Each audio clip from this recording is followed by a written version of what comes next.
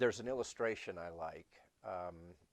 Imagine with me, if you will, an old codger who goes to his rural church for years and years, and but at some point he gets disenchanted with the church, disenchanted with his protective wall of human community, if you will, and so he just stops going. And one day, the pastor comes and knocks on his door, and the old codger answers and opens the door, and he doesn't say a word to the preacher, and the preacher doesn't say a word to him, but he leaves the door open, um, indicating that the pastor can come in if he wants, and the old guy just sits down in front of his fireplace, and there's a fire there.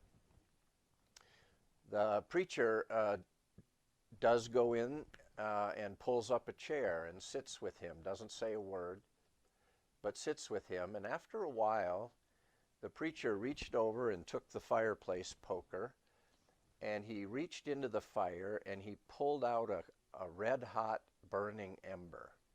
He pulled it out onto the mantle or the stone fire hearth, and then he put the fire poker back.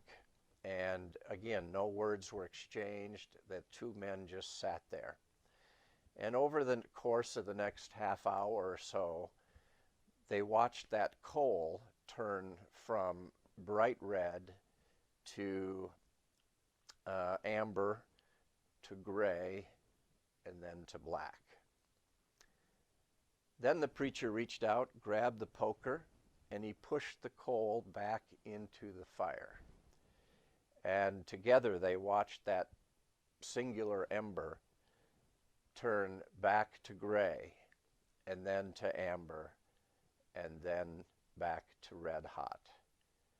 I love that illustration about how we need each other to stay red hot